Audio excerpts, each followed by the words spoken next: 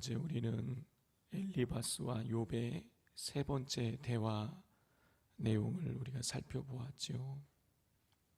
오늘은 이제 빌닷과의 욥과의 세 번째 대화의 내용을 살펴봅니다. 자, 그동안 엘리바스, 빌닷, 소발은 계속해서 거듭해서 반복하는 것처럼 인과응보라는 틀을 가지고 욥의 고난이 욥의 죄로 인한 것이라고 주장하며 욥을 비난하고 정죄했습니다. 이에 대해서 욥은 이 하나님이 결국에는 악인을 심판하실 것이다. 내가 그거는 인정하지만 정작 현실을 봐라. 결국에는 악인들이 최종적으로는 하나님의 심판을 받아서 결국은 망하게 되지만 지금 우리가 살아가는 이 현실을 보면 악인들이 오히려 의인들을 괴롭히고, 그리고 의인들이 악인들의 괴롭힘 속에서 고통 속에 있는 것 너희도 보지 않느냐. 내가 그런 것들을 봤을 때에 내가 지금 고난당하는 이것을 죄로 인한 것이라고 너희들 말할 수 없다. 이렇게 욥이 주장을 했죠.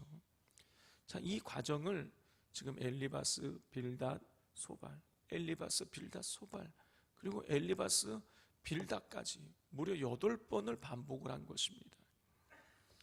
자, 이 8번을 반복을 하면서 이 세 친구들은 더 이상 이 욥의 이 대답을 계속 들으면 들을수록 자신들의 이 응과응보적인 이 틀을 가지고 욥을 비난할 수 없다라는 것을 점점 깨닫게 되는 것이죠.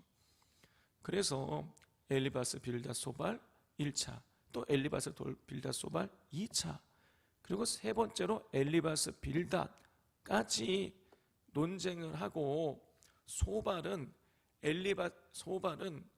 더 이상 이 욥에 대해서 침묵을 하게 되는 것을 우리가 보게 되는 것이죠. 자, 오늘 본문을 보면 이 세 번째로 빌닷이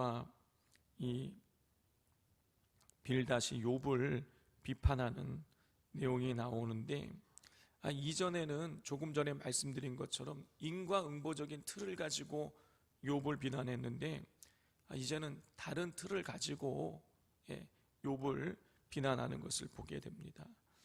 자, 빌닷은요, 하나님의 위대하심에 대조되는 인간의 한계만을 원론적으로 지적하는 것으로 아주 짧게 이 욥을 책망하고 끝내버립니다. 우리 4절부터 6절까지를 우리 교독해 보겠습니다. 그런즉 하나님 앞에서 사람이 어찌 의롭다 하며 여자에게서 난 자가 어찌 깨끗하다 하랴.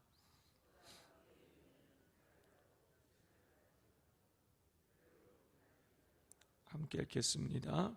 하물며 구더기 같은 사람, 벌레 같은 인생이랴. 빌닷은 인간은 누구도 절대자인 하나님 앞에서 자기의 의로움을 주장하거나 입증하지 못한다라는 사실을 강조함으로써 욥이 자신의 무죄를 주장하는 것이 하나님께 대한 도전 행위임을 나타나고자 하나님의 위대하심과 인간의 한계를 이렇게 지적을 하고 있는 것입니다. 하지만 빌닷은 절대자 하나님 앞에서 인간의 한계를 주장하면서 정작 자신이 하나님의 위치에 함부로 서서 욥을 판단하고 정죄하는 하나님의 주권을 침해하는 잘못을 범하고 있는 것을 깨닫지 못하고 있는 것이죠. 빌닷이 욥에 대해서 하나님은 너무나 위대하시고 크신 분이시다. 그에 비해서 인간은 아무것도 아니다. 네가 아무리 하나님 앞에서 너의 이 무죄를 주장한다고 할지라도 너 그거 소용없는 짓이다. 자, 이렇게 비난을 하는데 정작 인간이 하나님 앞에서 아무것도 아니라고 말하고 있는 빌닷은 자기가 하나님 위치에 서서 욥을 지금 책망하고 비난하는 이런 잘못을 범하고 있는 것이죠. 성도 여러분, 우리가 빌닷과 같은 때가 있습니다. 우리도 모르는 사이에 하나님의 위치에 올라서 다른 사람을 정죄할 때가 우리도 있는 것이죠. 이 사실을 우리가 늘 기억하고 하나님 앞에서 우리가 겸손하게 살아갈 수 있어야 하겠습니다. 자, 빌닷은 인간이 하나님 앞에서 자기의 의로움을 감히 입증할 수 없음을 강조하기 위해서 하나님에 대한 인간의 인지 능력의 한계를 말하며 욥을 비난했어요. 자, 이러한 빌닷의 비난에 대해서 욥이 이제 26장에서 자기 답변을 하는 것입니다. 자, 욥은 두 가지 사실을 먼저 지적을 해요. 우리 1절부터 26장 1절부터 4절까지 교독하겠습니다. 욥이 대답하여 이르되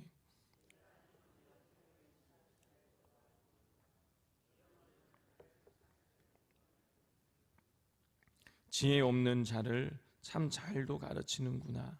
큰 지식을 참 잘도 자랑하는구나. 내가 누구를 향하여 말하느냐? 누구의 정신이 내게서 나왔느냐?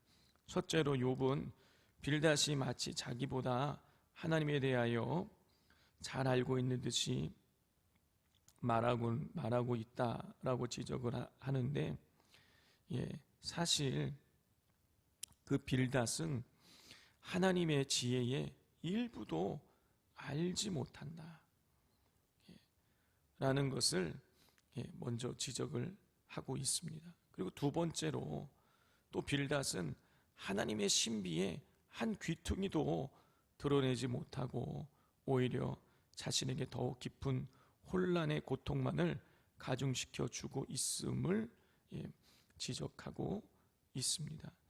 자, 우리 5절부터 14절을 보면 욥은 이 하나님이 지으신 피조세계, 이 자연에 나타난 하나님의 위엄과 권능을 쭉 열거합니다.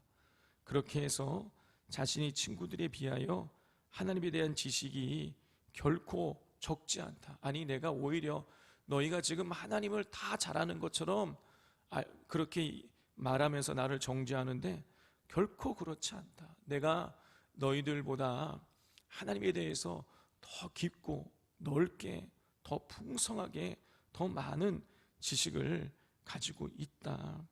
그러니 너희가 나에게 하나님에 대해서 이러쿵 저러쿵 말하는 그것 자체가 나에게는 공허하게 들릴 뿐이다 하면서 이 욥이 이 빌닷을 비롯한 세 친구에 관해서 그렇게 책망을 하고 있는 것을 우리가 보게 됩니다. 성도 여러분, 욥의 세 친구는 욥이 고난을 당한 것을 보고 욥을 위로하러 찾아왔습니다. 그런데 전혀 위로가 되지 못하고 있어요. 그들의 말 한마디 한마디는 욥에게 고통을 더 가중시킬 뿐이었습니다. 성도 여러분, 우리 주님께서는 우리의 위로자가 되시죠. 때때로 우리가 너무 힘들고 괴로워서 기도할 때에 우리 하나님께서, 우리 주님께서 우리의 마음을 만지시고 우리를 위로하시고 우리를 소생시켜 주는 것들을 아마 한두 번쯤은 다 경험하셨을 것입니다. 우리 주님은 우리의 위로자가 되세요. 자, 그러므로 우리 주님의 위로를 받은 우리도 누군가의 위로자가 되어야 하는 것입니다. 이사야 50장 4절을 보면 이사야가 이런 고백을 해요. 주 여호와께서 학자들의 혀를 내게 주사 나로 곤고한 자를 말로 어떻게 도와줄 줄을 알게 하셨다. 학자들의 혀라는 것은 제자들의 혀라는 거예요. 우리 하나님께서 나에게 제자들의 혀를 주셔서 곤고한 자를, 낙심하고 좌절하고 근심과 두려움과 불안에 빠져 있는 자들을 말로 어떻게 도와줄 줄을 알게 하셨다라고 기록하고 있어요. 성도 여러분, 이사야처럼 나의 혀를 통해서, 나의 말을 통해서 하나님의 위로가 다른 사람들에게 흘러가도록 우리가 힘써야 하겠습니다. 우리가 때로는요, 누가 어떤 어려움을 당하고 있을 때 무슨 말로 어떤 말을 해야 될지 몰라서 감히 그냥 아예 그냥 찾아가지도 못하고 전화도 못하는 경우들이 있죠. 그럴 때 기도해야겠습니다. 하나님, 이사야에게 주셨던 그 혀를 저에게 달라고, 곤고한 자를 어떻게 말로 위로해야 될지를 저에게 알게 해달라고 기도함으로 우리가 주님께 받은 위로를 다른 사람들에게 풍성하게 나누어 갈 수 있어야 하겠습니다. 이 시간 같이 우리 기도하기를 원합니다. 기도하실 때에 조금 전에 마지막에 말씀드린 것처럼 하나님께서 우리에게 위로자가 되게 하여 주셨습니다. 사명을 주셨습니다. 우리가 주님께 받은 그 위로를 하나님, 아프고 괴롭고 힘든 자들을 나눌 수 있도록 해달라고 우리에게 하나님께서 정말 그 누군가를 긍휼히 여기는 마음을 주시고, 그리고 가슴으로 품어내고 중보하며 찾아가고 손잡아주고 함께 있어줌으로 하나님, 우리가 주님의 위로를 전달하는 사명을 감당할 수 있게 달라고 기도해 주시고, 또 빌다처럼 우리도 모르는 사이에 하나님 자리에 있어서 누군가를 판단하고 정죄하는 그런 교만에서 우리가 그 교만들을 우리가 깨닫게 하시고 겸손하게 하나님만을 섬길 수 있게 해달라고, 또 우리 수험생들, 또 취업과 국가고시 자격증 시험을 준비하는 자녀들을 위해서 저녁에 있을 금요 기도회를 위해서 주여 삼창하고 기도하겠습니다.